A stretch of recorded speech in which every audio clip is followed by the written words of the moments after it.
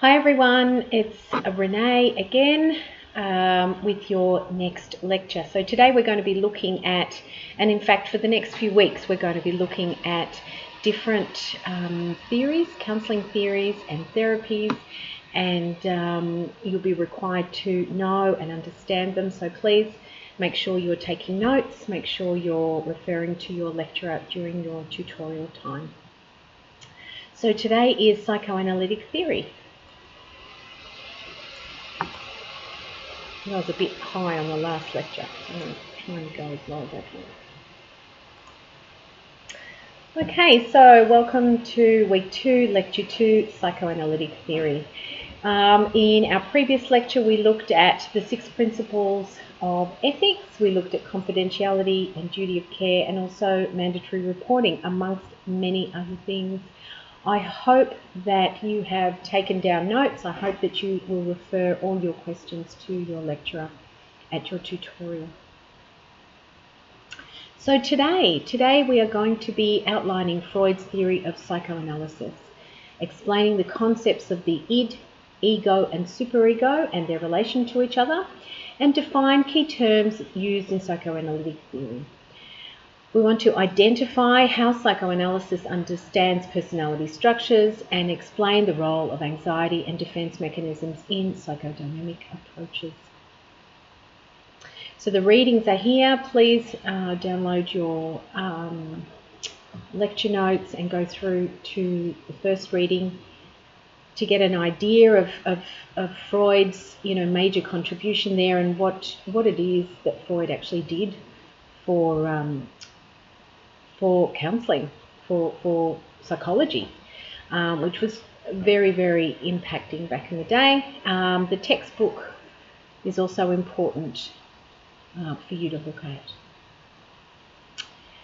Know any psychology jokes? I'm a Freud nut. That's pretty funny. There's also a 21-minute video on Sigmund Freud and psychoanalysis. Look, we're loading you up with Freud. It's a very, very important sort of seminal theory, which you really should be looking at. You should be devoting a few hours to going over your lecture and also becoming familiar with, the different videos that we put on here for you to look at. Obviously, I'm not going to do that right now. As an introduction, let's have a look at Freud. An understanding of the influential role Freudian theory has played in the development of counselling theories is essential. So as I'm talking to you, as I've been saying, Freudian theory was seminal. It was, after the kind of the analysis that used to be made, which was mainly in regards to your body, if you were a phlegmatic person, then you're a certain type of person. If you're a sanguineous sort of person, you're a different type of personality. Well, Freud came in and started analysing the mind and people's, or conceptualising theories of the mind, which then led to a whole lot of other ideas, and which have led to kind of where we are now. But let's just start here. Although traditional psychoanalysis is rarely practiced today, Sigmund Freud's psychoanalytic theory is considered to be the beginning of discussion of psychological approaches to counselling. So prior to that, it was more around the body, and even other ideas such as magic and spiritual and things like that. It became very much around psychology when Freud came along. So traditionally, psychoanalysis, which is the type of therapy which Freud created, is expensive, long and arduous. Clients are often required to participate in therapy several times a week over a period of years, undergoing a self-awareness experience at a deeply emotional level, sometimes restructuring their personality. So that's kind of the intention there with psychoanalysis, is to go deep into the psyche, into the mind of the person, to figure out through, and I'll mention them now, but we'll talk about them later, through transference and through analysis, why they are the way that they are. So psychoanalysis is what we attribute to Freud. So psychoanalysis refers in part to Freudian and also post-Freudian theories and orientation to therapy. However, to be a psychoanalyst, individuals undergo extensive training that can take up to 10 years. It includes very strict guidelines, including a self-analysis at least 3 times a week. During training, there is a set procedure outlining the interaction with clients and the duration of time spent with them. Freud's approach is based in theory, but is also a method of therapy. His work spanned over 40 years. And I think that that's a really important point with Freud. Freud's work, in part, was his own analysis of himself. You know, that kind of became the work. He analysed also members of his family, and they were his subjects. He was his own, you know, he was the subject of his theory as well, which, if you think about, you know, the first lecture we had where we talked about the idea that evidence is needed in order to support in order to support a theory, and that the research conducted provides the evidence which then supports the theory. You know, and if we think of evidence as being, you know, the thing that happens every time you apply that action. So every time you go to start the car, it turns on, pretty much. So that action of turning on a car starts the car. The evidence is that when I turn that key, the car will start. And you've done it so many times that it's pretty much a proven theory. If I turn the key, the car will start. Well, this is what we're talking about, you know, in research. What do you do every time it gives you the same outcome? And one of the criticisms of Freud, which we will talk about, is that Freud didn't do this to many people. The theory isn't researched in a way that we now conduct research, which is to apply, you know, that same method over and over again. So Sigmund Freud, what's his lifespan there? 1856 to 1939, and there is a picture of him posing with his cigar. Let's see. A cigar is a Freudian object. You will learn. There is another video which I'm not going to play. It's quite long. It is very interesting, but I've also got notes that relate to it. So please go ahead and watch these videos if you can. It's important for you to have that understanding and you know, be able to refer to it maybe in assessments or in your midterm tests. So the background to Freud and psychoanalysis there.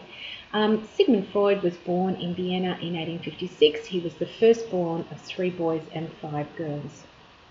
There's a lot of people in that family. Freud's father was authoritarian, with the family living in cramped yet loving and supportive conditions. I don't know how you become authoritarian and also loving and supportive. Freud studied medicine at the University of Vienna and was later to develop psychoanalysis. Freud is considered one of the pioneers of counselling and psychotherapy, and his theory has informed nearly all theories since its inception. So that is why learning about Freud and psychoanalysis is so important, because it's kind of where it all began. Freud's psychoanalytic theory derived from work he undertook with Jean Cartot and their studies on hysteria. These are very, very interesting studies on hysteria and relate mainly to women, and the study around why certain women became hysterical. And the studies revealed that it had to do with sexual practices, which at that time were really, really, they were considered taboo. It wasn't sort of stuff that you looked at. And he obviously came out of those sort of studies thinking, well, there must be something to, you know, this mind kind of body connection in which sexuality perhaps has something to do with the way that we develop. Freud believed that the hysteric symptoms were related to repressed memories and feelings. It doesn't mention sexuality there, but I know that that's what the studies were about. He used free association and dream interpretation to uncover the buried contents of the unconscious. So, why are you hysterical? And hysterical, I mean, I actually don't know what that actually means. Hysterical, I suppose we could say, excuse me, my phone is ringing, so I'm going to turn it off. I suppose that could mean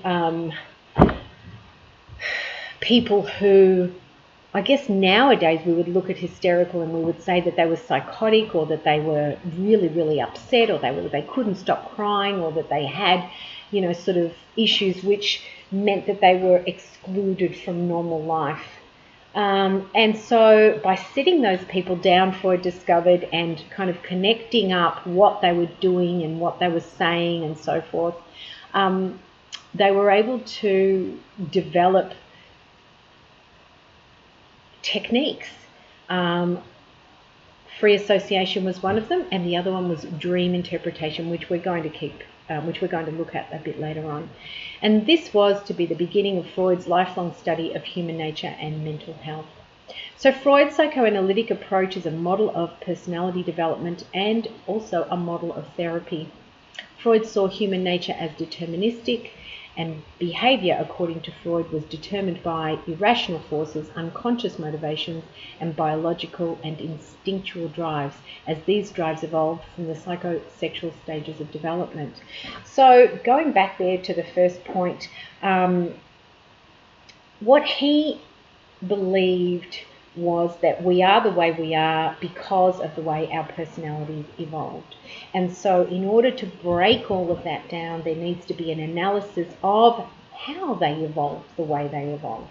Naturally, it makes sense to think about personality and the way it developed as being reliant on where you were born, your culture, the relationship that you had with your mother and father, the relationship that you had with those around you, your siblings and so forth.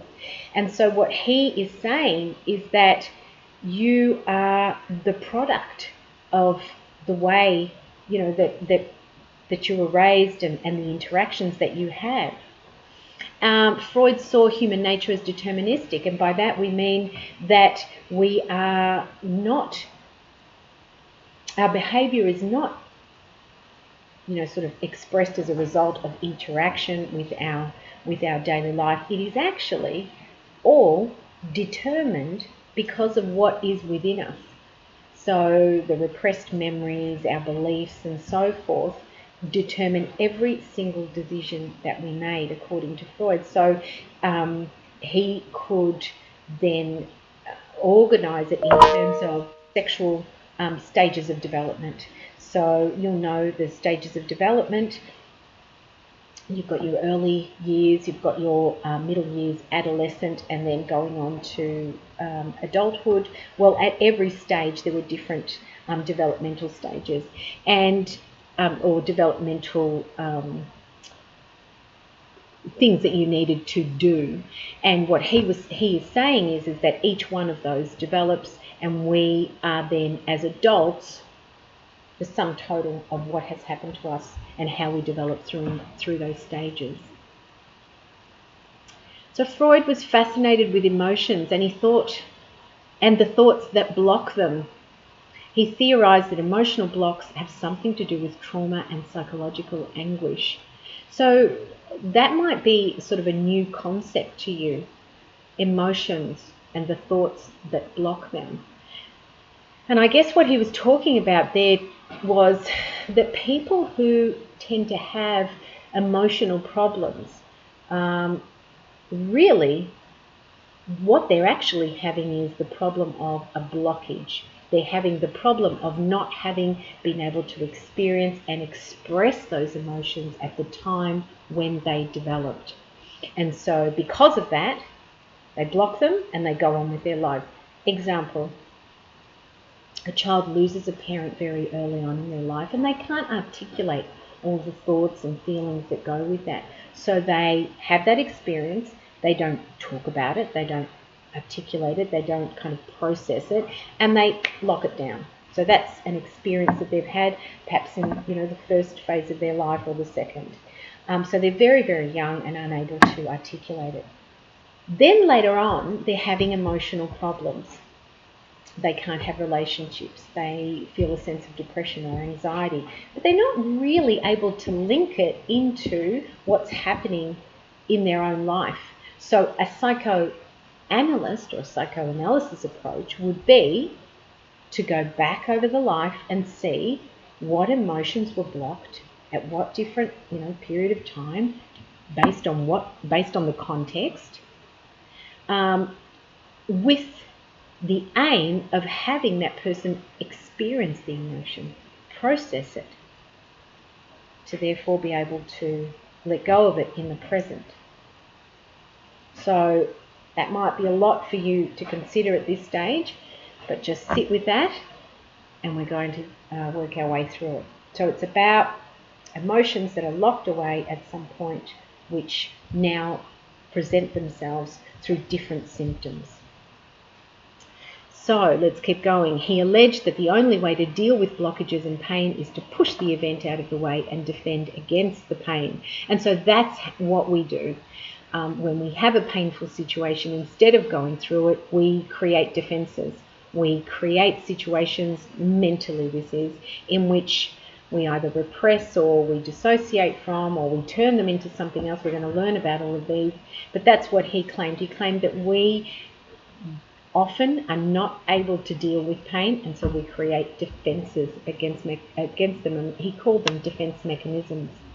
So the cure then is to recover the original event and to fully experience the original emotion. So going back to my example there of the child, now in therapy as an adult, having all these different blockages or emotional issues, we go back to the original event of losing the parent and we fully experience it. Now that's just one example, but there are many, many examples, and they don't have to be that extreme either. Blockages can develop based on single incidences which are, to other people not very, which to other people may not seem as really important, but they are, and they create situations within you which you don't acknowledge, but which you then kind of experience later on as other things.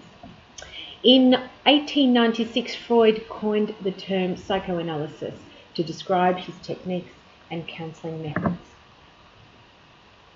So one of the ways in which Freud discovered through his many experiments with his family and with himself was that for some reason we dream things that can then be interpreted to maybe give us some light, or to maybe give us some explanation of why we feel the way that we feel.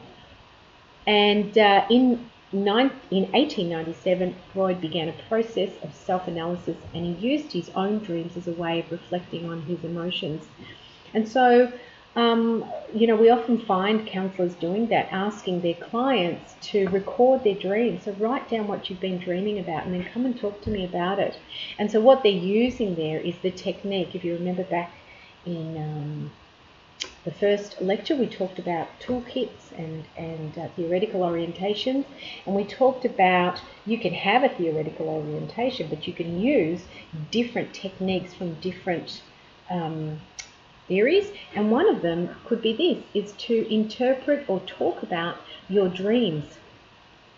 But Freud, for psychoanalysis, it is one of the most important techniques in order to get in there and kind of figure out what's going on, what issue could be being repressed. And through self-analysis and the results of talking to the second point there, with clients, he formulated a theory of personality, and in 1900, so look how old this is, he published a book entitled The Interpretation of Dreams. And he says there, under his little picture, dreams are often most profound when they seem most crazy. Interesting use of the word crazy. At the time, his book received little attention, although it is now considered one of his major works. So I am sure that at least some of you would have looked up, what does it mean, to dream that I'm flying? What does it mean to dream of a dog or a bear? Or what does it mean to dream that, I'm being chased? And, I encourage you to have a look at those sort of interpretations, and to think about your own dreams. So begin perhaps, take this opportunity during this trimester to begin your own self-analysis. What's going on for you? Write down your dreams, and use the information that you come across within these lectures to maybe think about or interpret what might be going on for you in your unconscious mind. So theories. Although Freud changed and modified his own theory many times over the years, he had little tolerance for those who disagreed with him or deviated from the procedures and techniques he established. You could analyse that, and you could say that sounds a lot like his authoritarian father. It's my way or the highway. He feared that changes to his methods would dilute the power and possibilities of psychoanalysis. Eventually, his intolerance forced many of his colleagues to go in separate directions. Hence, Freud, Carl Jung, and Adler formed their own schools of thought. Individually and collectively, they all became known as post-Freudians. So you've got to imagine at that time that when Freud came up with his theories, it was pretty eclectic. It was, it was out there, and a lot of very clever and very astute doctors and psychiatrists were coming out working and saying, wow, what is it that you're doing? Let's have a look at this. And then they were expanding on the theories, and they didn't just do it, in a year. They did it over a period of time. And so all of these Western psychological theorists were out there creating, ideas and theories and testing them and so forth. And they were sort of arguing with each other as to which one was best. And apparently Sigmund Freud thought his was. So Freud, here it says, Freud argued that people had 3 states of consciousness. And I like this picture, and I want you to look at it, please. It's a picture of trees growing out of a person's head. And you can see, obviously, the leaves, and where those are visible. Then you can see the stems of each tree going into the dirt. And you can just see that grass there on the dirt, which is his brain. And you can imagine underneath that there are roots. And so the way that Freud thought about consciousness was that, number one, the conscious was the outer part, the stuff that we see. So going back to our little diagram there, it's the leaves, it's the stuff that you see, it's the stuff that we're aware of. The thoughts that you have, that you're very aware of. Nothing more, nothing less. The things that you're thinking. And then if you can think about, number 2, the pre-conscious. So your pre-conscious state is the information that you hold. It's just underneath your consciousness. So right now, if I'm thinking about, I can see around me, I don't know what you can see around you, but I can see this, and I've got a book here, and I've got a few other things. Consciously, these are the things that I'm aware of. I'm also aware that I'm breathing, that I'm looking, I'm aware of where my hair is, where my hands are. I'm conscious of all these things. And if you asked me to, I could remember a number. I could remember a detail about myself. I could remember something that happened not too long ago, or maybe something that happened a long time ago, and yet I do still remember it. That is in my pre-conscious. Okay, it's not here with me right now, but I can access it if I need to. So that is, that if you look at that picture, that dirt part, we just know there's something just below that grass. But deep, deep, deep inside that guy's head, which is, where the roots are, is the unconscious, and we are unaware. of what is in our unconscious. And Freud believed that the only way we become aware of that is through symptoms or telltale signs, and we'll get into those right now. So a little bit more depth here about the consciousness.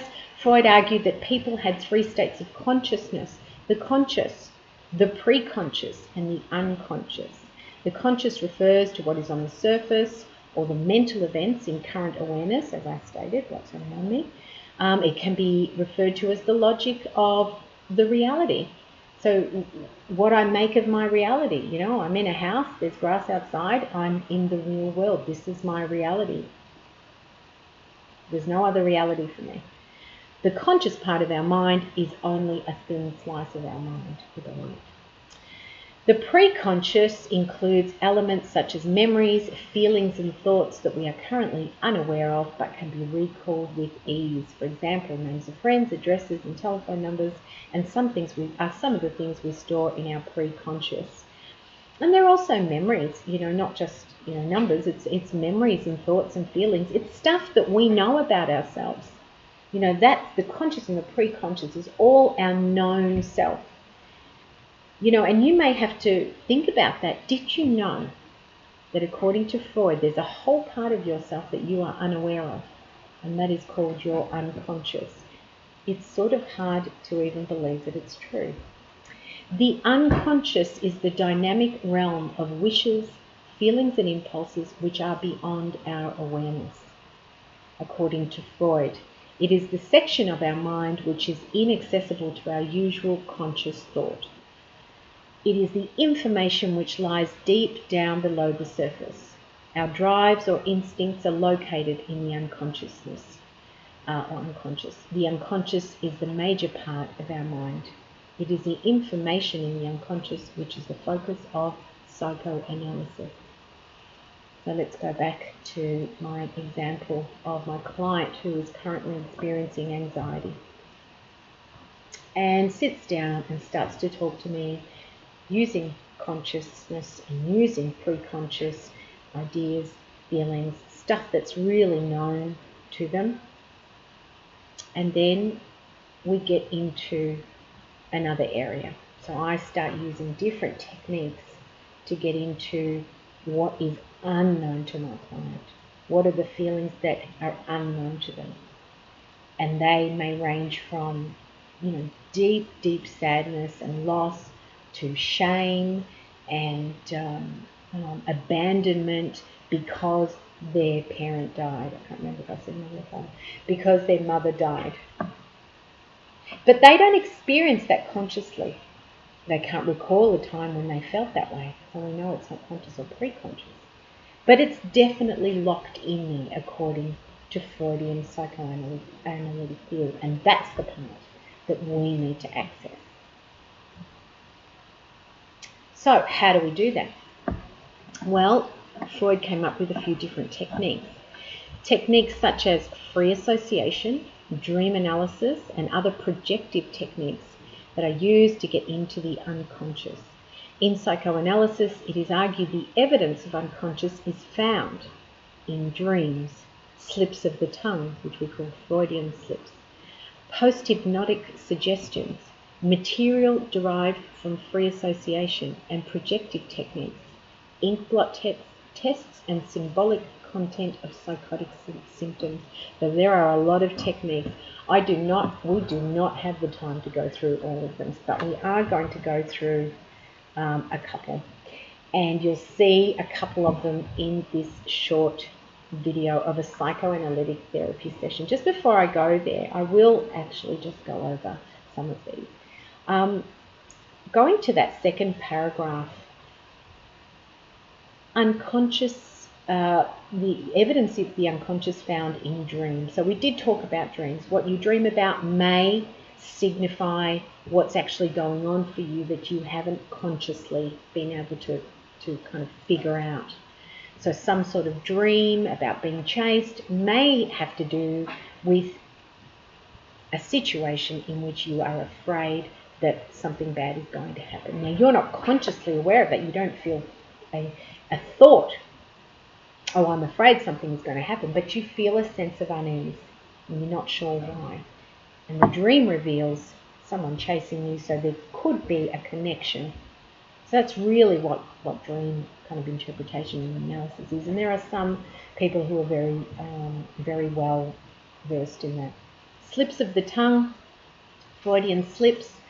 I don't know if you've ever noticed it happening, but they might, you might, I think that there's an example there where, can I just say at the outset, Freud was very much of his era in which sexual innuendo, sexual context was highly repressed, and so he was always looking for that people to reveal that repression. He felt, or he was convinced that there was stuff in there, that half of your problem is because probably you're so sexually repressed. And so Freudian slip became about, can you give me, instead of saying, can you give me that phone, you would say, can you give me that thigh? I mean phone. Because, the slip is that you've said thigh instead of phone because you were thinking of the other person's thigh. This is an example I read somewhere. It's pretty lame, but I just thought I would show you. It's when you say something that you didn't mean to say, but the word that you said, according to Freud, reveals what you've been thinking about, in your unconscious. So, post-hypnotic suggestions. Well, that's got obviously to do with hypnosis, and when he used to put people under hypnosis, then he would, ask them to say things or reveal things about themselves, and based on what the person would say, then, he was creating an interpretation of what was going on for them outside of their conscious awareness. Material derived from free association. Free association is where you're asked to simply say words that pop into your mind without thinking about them.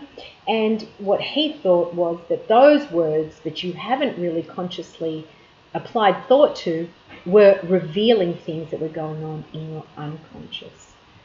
I think we might have an example of that, but you can certainly discuss, all these techniques with your lecturer at your tutorial. Also, projective techniques like the ink blot test, which we are going to do together now, and symbolic content of psychotic symptoms. So psychotic symptoms in which you're seeing things or hearing things, what are you hearing, what are you seeing? What he was saying was, again, it's all just the unconscious representing itself in, the here and now. So I hope that gives you a bit of an idea. Let's have a look at this.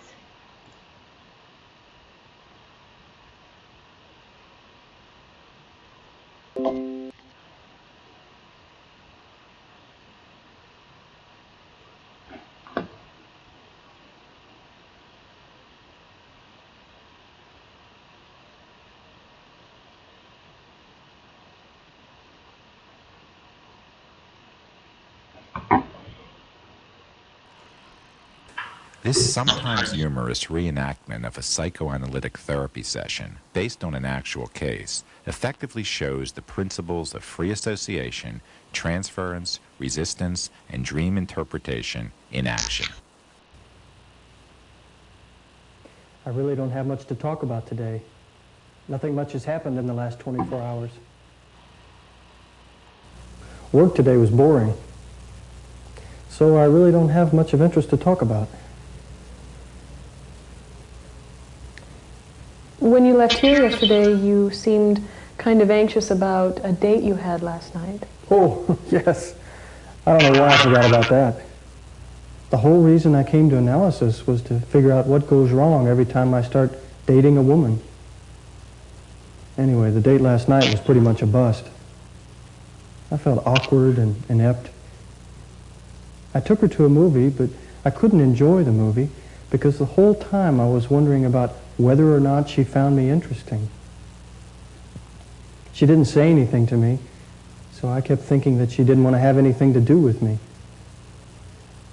Anyway, an hour into the movie, she asked if we could go because she was feeling sick. So I took her home. I felt like a complete failure. Oh, that reminds me of a dream I had last night. I was sitting in a movie theater, but for some reason it was all lit up instead of dark. The name of the film was Crimes of the Heart, which I haven't actually seen in real life. A woman sitting behind me was giggling, so I turned around and looked at her. She kind of flirted with me, so I turned back immediately. Then I noticed a man sitting about 4 or 5 seats away from me in my row. And he looked like a real slob and was incredibly obnoxious. I noticed he was eating buttered popcorn in a messy, disgusting manner. I handed him a napkin. I don't know where I got a napkin from. But anyway, the man completely ignored me and just kept on eating. Then he noticed the woman sitting behind me, and they began to exchange flirtatious glances with each other. Finally, the man got up out of his seat and went and sat next to the woman behind me. They were giggling and carrying on and made it hard for me to hear the movie. Then an usher came up and told me that I was making too much noise and I should leave. I explained to him that it was the couple sitting behind me that was making all the noise, not me. But he didn't seem to believe me. He just kept telling me to leave. I argued with him, but he got increasingly threatening. It looked like he was going to bash me one any minute. Then I woke up. As you think about the dream, what comes to mind? Well, the first thing that comes to mind is pretty obvious, I guess. I think about the movie that I went to last night. In both situations, I felt pretty uncomfortable. But my date really looked nothing like the woman in the dream. I can't really say the woman in the dream reminded me of anybody. I know she was wearing glasses. Oh, I just remembered something. She was holding a white rose in her hands. I know that sounds pretty bizarre to be sitting in a fully lit movie theater carrying a white rose. Does the white rose bring anything particular to mind? Oh, of course. The woman I took out last night was named Rose. But like I said, she really looked nothing like the woman in the dream. Besides, the woman in the dream was sitting behind me. Wait a minute, I know what you're going to say. You're going to say that you are sitting behind me, and therefore the woman in the dream must represent you. I really don't think so, though. Because like I said, she really looked nothing like you. Besides, you don't wear glasses. The only other association I have to roses goes back to my childhood.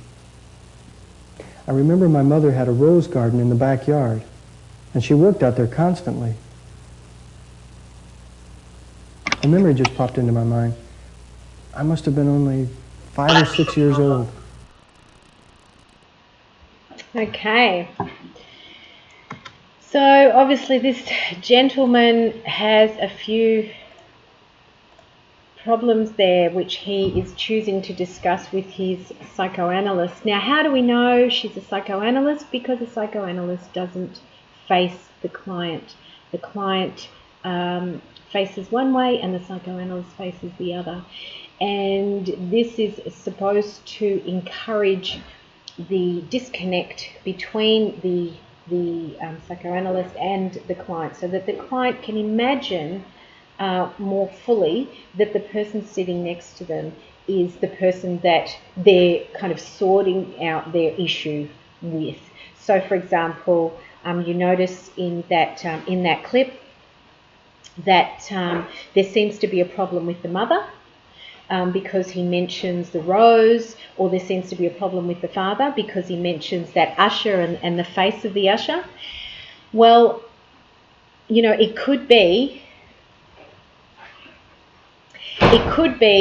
that that person needs to talk about an experience with the mother or the father and do what's called transference, so transferring the feelings of being with the mother or father onto the therapist, and in that way, you know, he's not needing to look at them, in that way be able to discuss and experience the emotions that he needs to experience with the therapist without looking at them, and therefore it becomes more easy to think about them as being the mother or father. Okay, I hope that wasn't too difficult to understand. So what we're talking about in psychotherapy is getting to the root of the problem. Quite often the root of the problem, sort of lies in that childhood period. And if we're going to experience the pain or whatever happened, we've kind of got to go back there into our childhood. How best to do that? But through transference, in which we endow our psychoanalyst or our therapist with the characteristics of the mother or father. Okay, please, if that's not clear to you, please let your lecturer know and have a good talk about it and ask questions. Now, one of the ways that Freud believed that we project is through seeing things which aren't really there.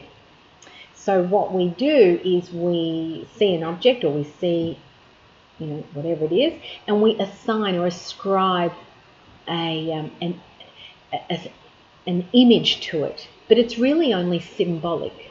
And what he believed was, again, that we are tapping into our unconscious by projecting onto this,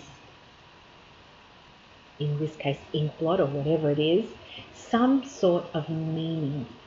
And what the therapist then does is says, well, if you saw that, that must mean that you are having kind of these unconscious drives or motivations.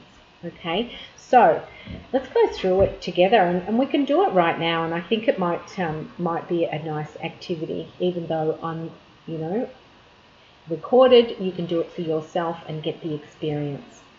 So the Rorschach inkblot test is very popular, most popular. It says there, in the Rorschach, a series of inkblots are shown to the client, and the client is asked what they see in the inkblot and what the inkblot represents. So the therapy occurs in two ways through this test. Firstly, through the therapist's interpretation of the client's meaning. So if we're thinking about what kind of functions the psychoanalytic therapist has, one of them is as an interpreter of meaning, of a client's meaning. Now, not all therapists do that, but this is particular to psychoanalytic theory. The therapist has the knowledge. The therapist interprets and places meaning. So the second way that therapy occurs is through the discussion of why the client saw what they saw. Okay, so can you please get yourself a pen and paper, and as we're looking at these, write down the number of the inkblot and then what you see. Okay. Number 1. What do you see? Write that down now. Remember, there is no right answer. There's no wrong answer. It is you ascribing some sort of unconscious meaning to this meaningless inkblot. Number 2. What did you first see? Don't think too much about it. It's your first reaction that we're looking for. Number 3.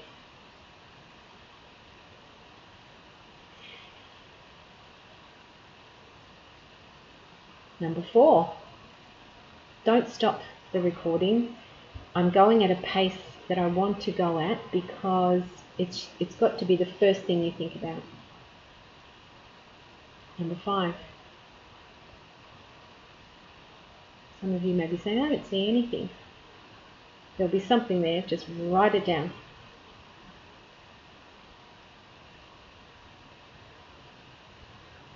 And number 6. Okay, is there a right answer? It is likely that you and the other person perceived the inkblot in different ways. So the little task here was to compare with somebody else. Obviously you can't, although you could compare them in your tutorial if you wanted to bring that up as something you wanted to discuss with your lecturer. But there are no right or wrong answers. In fact, the process would then go that I would look at your answers and I would look at the ink blot. I might not even look at the ink blot. I might look at the answers and I might look for patterns in your answers. I might look to see whether your unconscious is trying to tell you something through projecting meaning onto a meaningless object. Let's see what else it says here. Point number 2 is even though you may see it differently, there are no wrong ways to see it. It is the difference in our perceptions in this projective test that Freud would argue illustrates the presence of unconscious material. So see the way he talks about unconscious material. Unconscious material is unknown to you. It can only be known to you through techniques which reveal it to your consciousness or to your therapist and to your therapist as well. As there is no obvious form to the ink blot, we must each project our own thoughts and feelings, and during this process unconscious material emerges. That could have been a Freudian slip, but I'm just going to read it again. As there is no obvious form to the ink blot, we must each project our own thoughts and feelings, and during this process unconscious material emerges. So what unconscious material has emerged from your answers? Can you see a pattern in there? Does it always seem to be the same thing?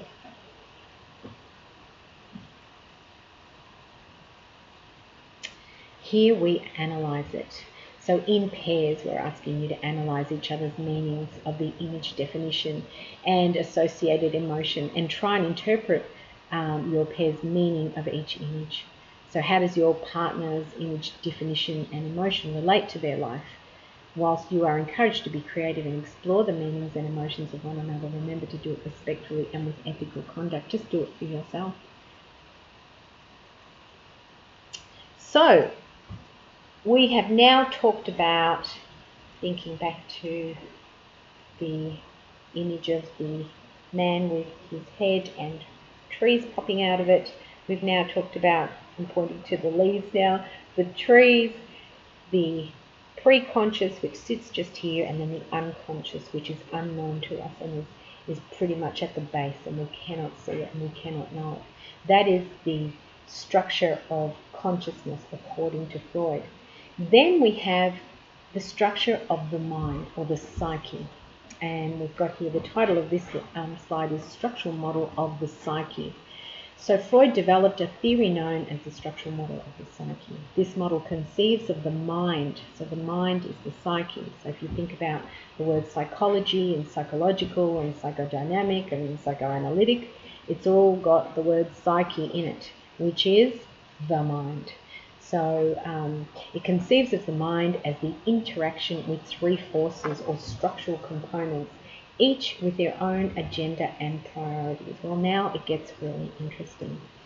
So you might also recognize these as being, part of developmental stages as well. So the id, which is the very first stage, the biological component. So we are, according to Freud, born with a mind that has within it a desire, and that is to survive.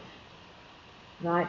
Now, along with that desire to survive comes, this sense that it wants what it wants, and that is the basis of the id principle. It's the biological component, but it is the pleasure principle. We're going to go into these in a little bit more depth shortly. So the ego is the psychological component. So whereas you've got the biological component, we're born with an id, this is who we are. It's all about survival, biology, evolution and so forth. The ego is your psychological component. It's who you are. It's your personality. It's what makes you you. And then the superego is the social component. So if you think about yourself as a little human, born with an id that is there so that you can survive, and then you develop into a mature person with an ego which gets you what you need and sort of sorts you out in the world. But you can't do that without acknowledging the social structure of the world, the context in which you live. And that is a part of your psychology which acknowledges that, and it's called the superego, according to Freud. So let's have a look at this. The id says, I want to do that now. So that's the biological component, the pleasure principle. Give it to me now. It's what I need. There is no sense there of right or wrong or stop or slow. It is really just a drive, a very strong drive. And look, honestly, some people are still stuck in that. If you think of people maybe in politics at the moment who have that sense of give it to me now, I want that now, or like stomping their feet type thing. They appear to be stuck in that very early kind of developmental stage. Okay, a little bit about the way I think of things. What about ego? Maybe our ego says we can compromise. Now, ego is said to be sort of the balancing component, which balances the I want that now with the social saying, or the superego saying, it's not right to do that. But I want it, but it's not right, you can't have it.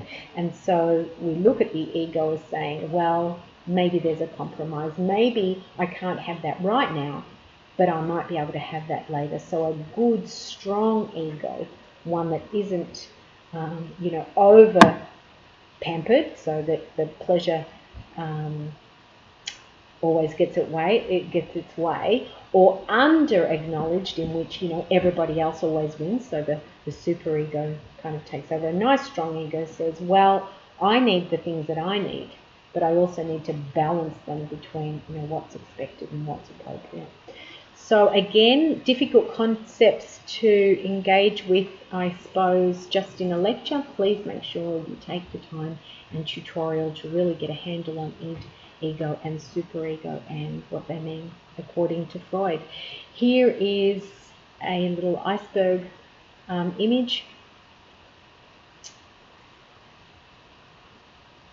Let's start at the top there. We can see the light above the sea, and everything that's above the sea is visible to us, and that is our conscious self. There's the sun, there's the sky, etc. And then just below the surface is the pre-conscious.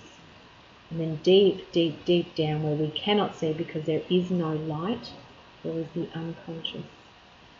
And in terms of id, superego and ego, which is our structural model of the psyche, so in terms of our psychological selves, we really only have some conscious awareness of our ego and our superego. If you notice there, according to Freud, we are kind of aware of what society wants from us, and we're sort of aware of all of our needs.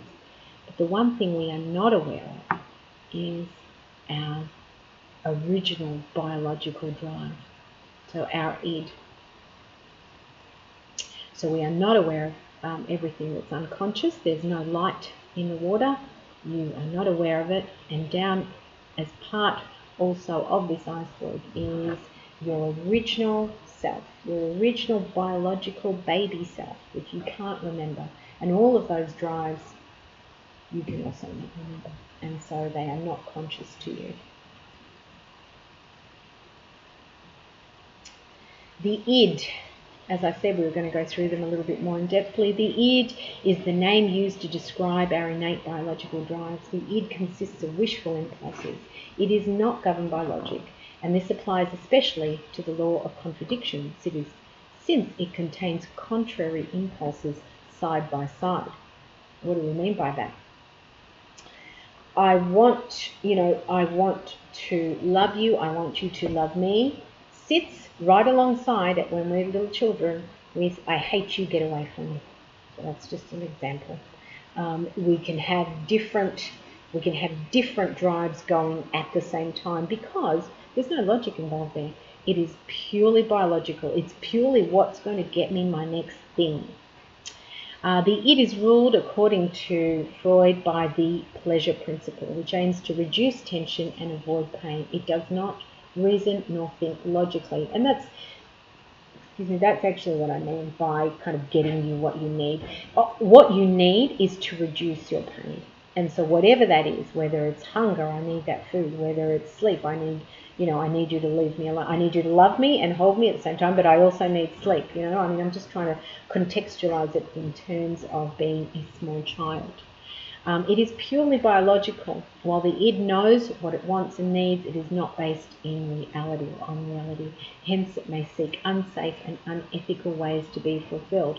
So a person, maybe, who is still caught in this phase of their development where they have not learned how to obtain the things that they need with balance and measure and sort of in terms of, what society's expectations are, they may be stuck in that developmental phase where really they just want what they want and they want to feel these, for example, increased amounts of pleasure. And how do I get that?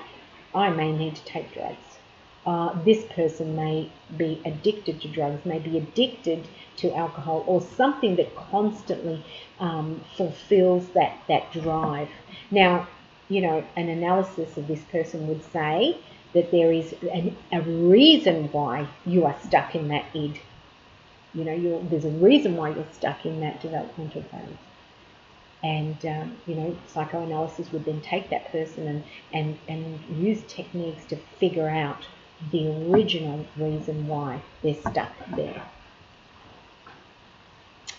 Then we have the ego part of our psyche. So to explain how our psyche functions with logic, reason and common sense, Freud named this component of the personality the ego. It is the everyday mind in which we live.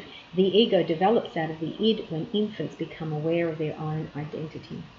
The ego, not he, thinks logically and makes plans for appropriate ways to satisfy needs and wants. So again, you're supposed to grow out of your id, I want, into ego phase, in which you understand, there needs to be a compromise. And what are you compromising with? Oh, it doesn't have it, but you're compromising with the superego.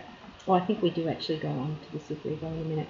But first, a reflective activity. So before we go on with that, if you can imagine young, developmental stage, biological, is the id, realizes can't have everything they want, grows into a maturer person, understands that there are things I can have and can't have, and then balances it out with a superego, which we're going to get to.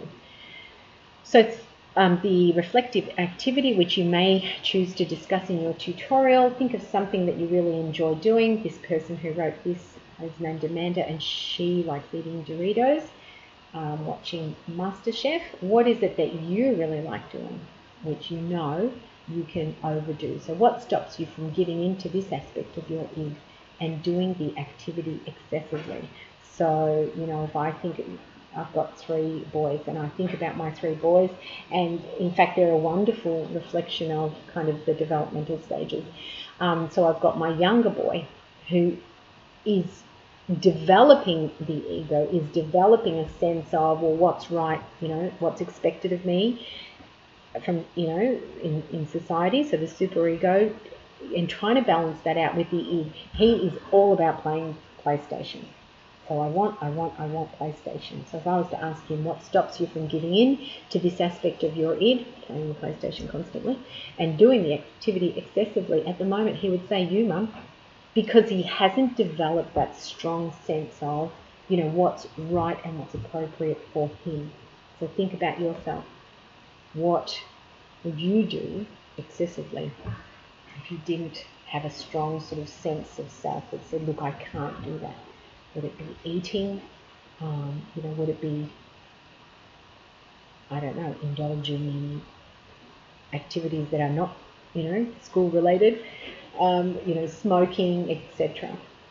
And the other question there is, what logical plan does your ego have to allow you to enjoy the activity sometimes, but not to your detriment? So going back to my son, I am currently I am currently the force. But he will, because I've got two other sons who are similar, who develop into understanding, well, I want to do the activity sometimes, but it would be bad for me if I did it. I need to have other components in my life. And my other two sons, realised that girls exist and also work. So there you go.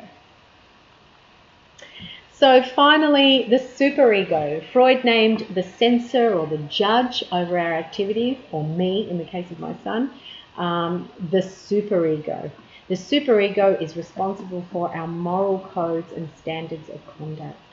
It defines what is good and bad. It imposes rules and standards for self and others. And these rules and standards are personalised and based on the integration of culture, family and society to guide our behaviour. Look, some people are quite hung up on being this guy, on kind of being more guided by superego or society, if you like, than anything else, which is to their detriment. It means that their own drives, so remembering the ego kind of sits in the middle, their own drives are probably suppressed or sublimated. It means that they more often do what's expected of them and not what it is that they really want or need.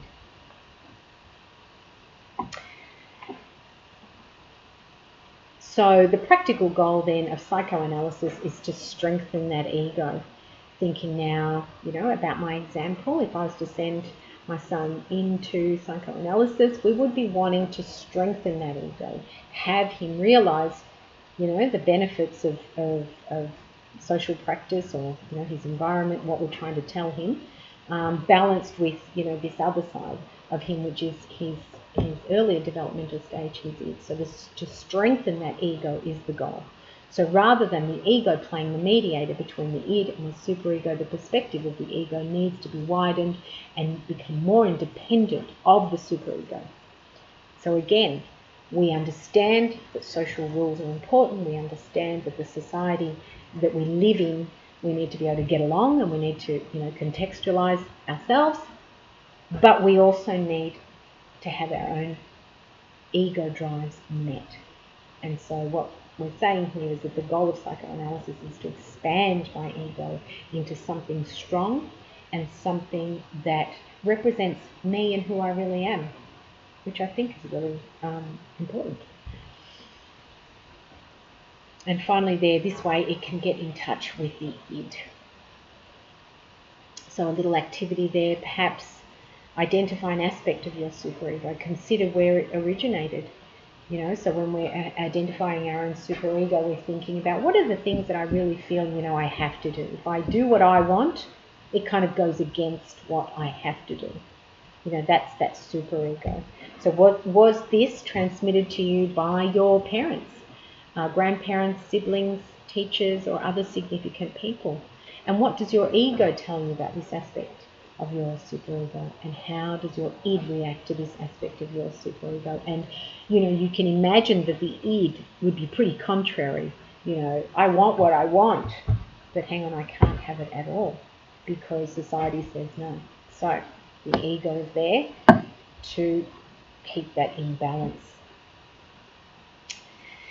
Now to the second part of the lecture, in which we talk about the different ways in which people's emotional problems can surface. And you may have heard of this word, anxiety.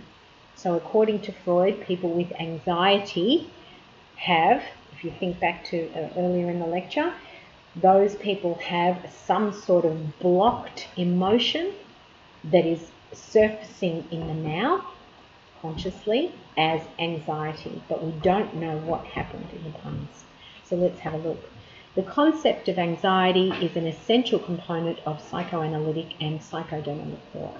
Anxiety develops out of the conflict between the id, superego, and ego over control of the available psychic energy, according to Freud. It tends to be triggered by an increase in displeasure, especially when the body and mind are threatened or ignored. So here, anxiety is looked at purely based on kind of the symptoms. So it seems to have developed out of your need for this, but you couldn't have that, and you wanted that, and you couldn't have that either, so you didn't kind of know which way to go, and you got kind of anxious. You were triggered about it. And there's Lisa Simpson looking very anxious. So Freud defines 3 types of anxiety. Reality anxiety. The ego fears real dangers in the external world. So when I talk about ego, I want you to think that that's your current psychological self. Okay? So your ego fear real dangers in the external world. Reality anxiety. Will I lose my job? Will I ever find another job? Will I find love? Will I be able to break up with this person that I don't want to be with anymore? Will I find food? Will I ever see that, do the thing that I want to do? These are all reality in the here and now. Neurotic anxiety is different. And this is the stuff that that really psychoanalysis is known for venturing, into, and that's that neurotic anxiety. The id in this circumstance evokes threats to the balance of the power within us, especially when the ego is threatened to be overthrown by either the id or superego. So what we're trying to say here is that the id, the pleasure principle, the one, the original biological concept, is kind of in charge, and it's looking like the ego might not even be able to have a say. So if a person is stuck in the id for whatever reason, they have, they don't believe they're enough. They could never get enough. And so they were always, look at me, look at me, look at me, look at me, right? In order to survive, because that's a biological sort of aspect of ourselves. So look at me, look at me, look at me. I want you to look at me. So that's the id screaming out. Now, a well-developed ego would say, or would have already developed into, well, I don't need to be looked at all times. I am enough. I'm always enough, whatever I do. I feel strong, in myself. Now, with neuroticism, Freud believed that strength, diminishes to just about nothing. You feel that you're a nothing, and actually it's your neurotic self, your id, that takes over and says, look at me, look at me, look at me, for example. And so the result is you have a person who is constantly vying for attention. They have really neurotic type of behavior. It seems really odd. It's out of place. They act childlike. They act childish, you would say. They would be the symptoms, and we would say that's neurotic anxiety as a psychoanalyst. And finally, moral anxiety, although there are many more. The superego fears our failure to live up to society's standards. This is a really common one, i.e. the guilt when we do something contrary to the social or moral code. And this happens a lot in very religious societies in which religion is used as the benchmark for your, for whether you are okay or not. And if you don't live up to that, then you have, this moral anxiety. I'm not good enough because I don't live up to those outward standards. So, what might cause anxiety? The loss of a desired object, such as a child who is deprived of a parent or friend. We sort of discussed that originally.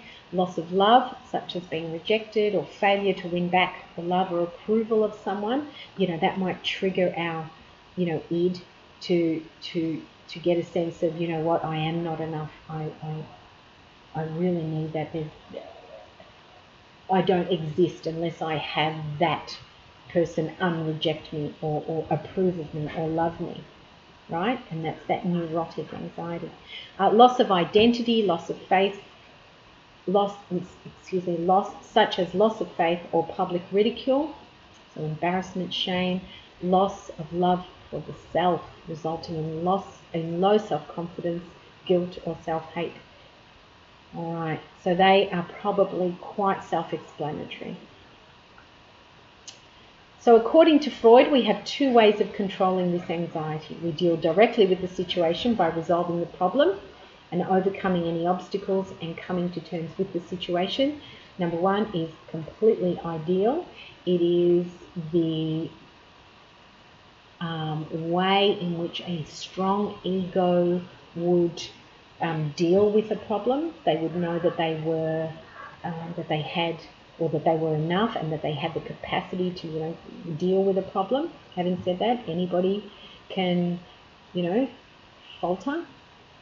And number two is, instead of directly dealing with the situation and resolving the problem, which is hard because there's pain, you defend against the anxiety by either distorting or denying it, and actually creating a defense mechanism. That's what it should say as well. And these defense mechanisms are ways in which we defend ourselves against anxiety. So, we're going to have examples in a minute. I'm just going to let you sit with that for a sec.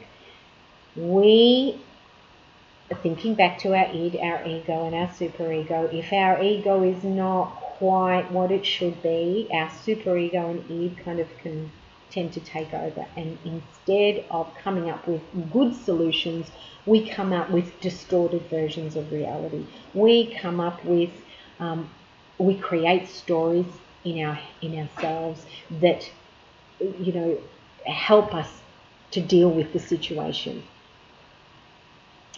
And I won't say any more because we're going to go on to them. So although they serve a useful purpose and can help us to function, overuse of defense mechanisms can lead to problems. Now, in the next slides, we will outline a number of common defense mechanisms with examples of how they might manifest in a client. So, number one, denial.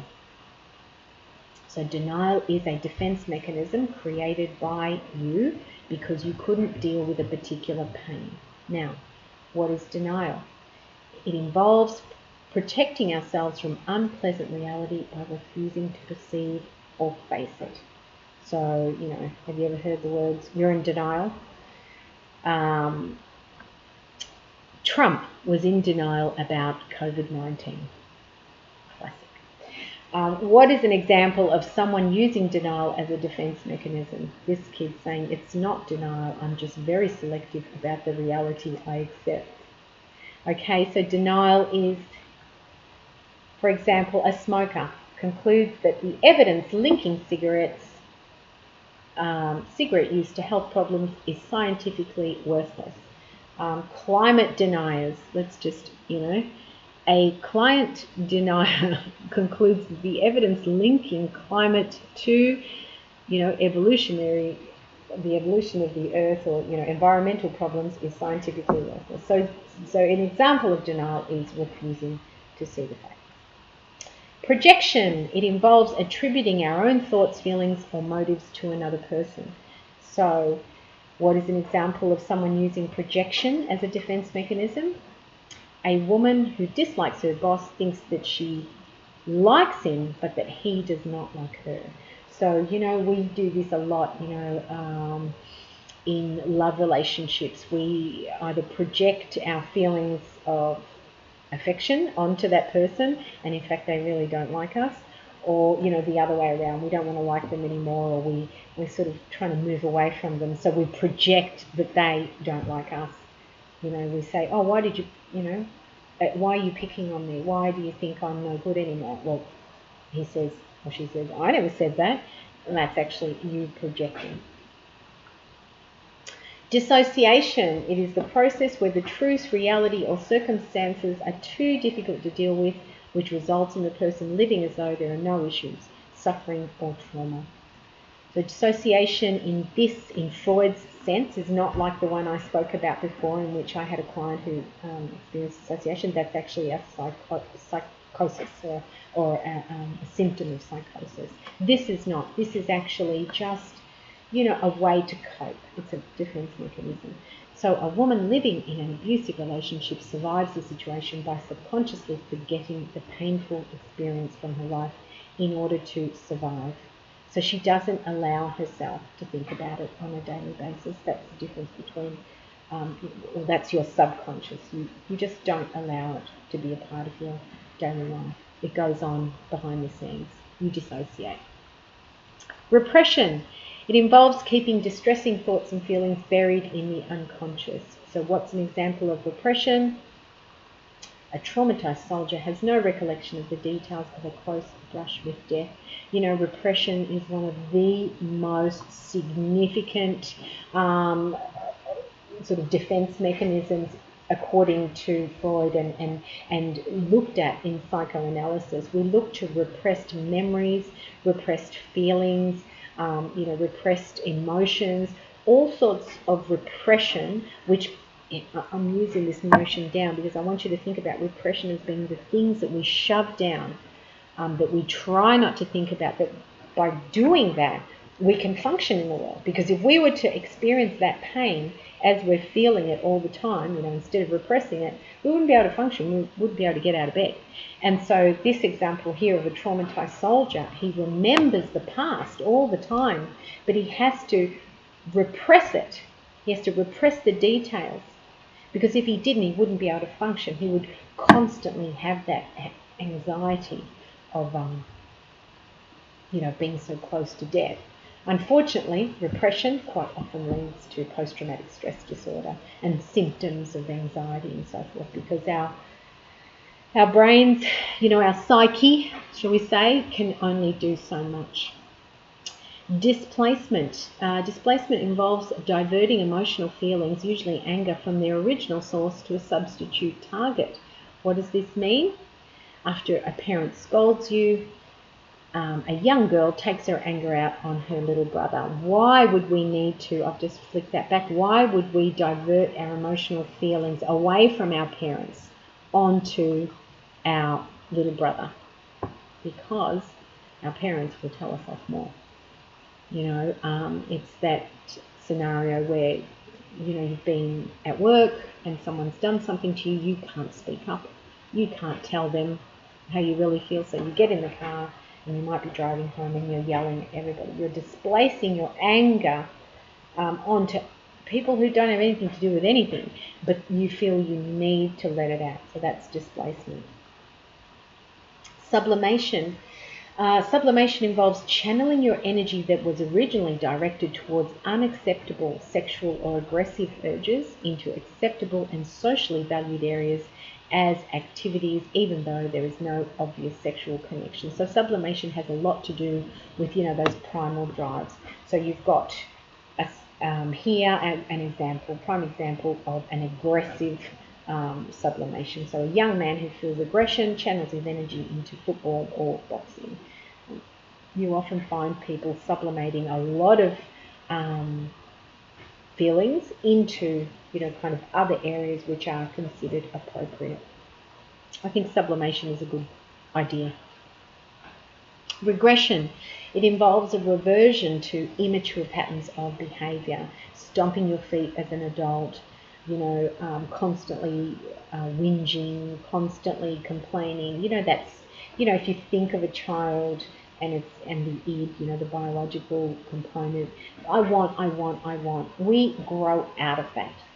We stop doing that as adults. And any regression would symbolize or signify that there was something going on. Why are you regressing?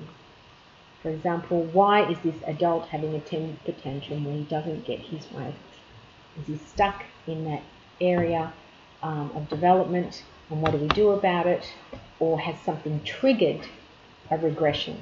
A child who regresses back to wetting the bed, an adult who regresses back to wetting the bed, the regression going back. What has caused it? Quite often it's stress, and our body uses different ways of dealing with stress, defense mechanisms or coping mechanisms, which aren't useful and which to a trained therapist, instantly say, hey, something else is going on. Reaction formation, this involves behaving in a way that is exactly the opposite of your true feelings. So how might that play out? A parent who unconsciously resents a child spoils the same child with outlandish gifts. So, that's that reaction formation when it's almost overcompensation, isn't it? It's probably hard to tell which one which one it is, but it's kind of you know that you feel this way, so really you go over and above and beyond the call to make sure that no one can tell that you feel that way. Rationalization, I think we've all done this, involves the creation of false but plausible excuses to justify unacceptable behaviour. Classic. A student watches TV instead of studying, stating that additional study wouldn't do any good anyway. So we often rationalise, we rationalise everything. If I do that now, if I do my homework now, I miss out on I miss out on doing something else, and that is really important to me. I'm a classic for, if you ever see me doing housework, it's because I've rationalised that if I do the housework now, then it gets done and I don't have to worry about it later. But really what I'm doing is I'm procrastinating because I really don't want to have to do the other job instead. So identification involves bolstering self-esteem by forming an imaginary or real alliance with some person or group. And the best way of remembering identification is when a young man joins or young people join street gangs. I identify with a ready-made example of what I wish I could be. So the gang represents maybe strength, maybe power, and maybe this person doesn't have it in their own life, so they identify as a way to deal with the pain of not feeling good about themselves. Overcompensation involves covering up your perceived weakness by emphasizing a desirable characteristic or making up for frustration in one area by over-gratifying another area. For example, you might, here's this one. A dangerously overweight woman goes on eating binges when she feels neglected by her husband. A person who feels unloved goes shopping all the time. A person who doesn't feel that they're good enough buys a flashy yellow car and drives around because they've just turned 50. That will not be me. Okay, we have come to the end. Well done, us. That was a big marathon. Psychoanalysis or psychoanalytic theory is always a big one. There will no doubt be lots of questions. Please take them to your tutorial and make sure your lecturer helps you out if there are things that you need to discuss or that you didn't understand and so forth. I hope you've enjoyed it. I'll see you next time for week 9.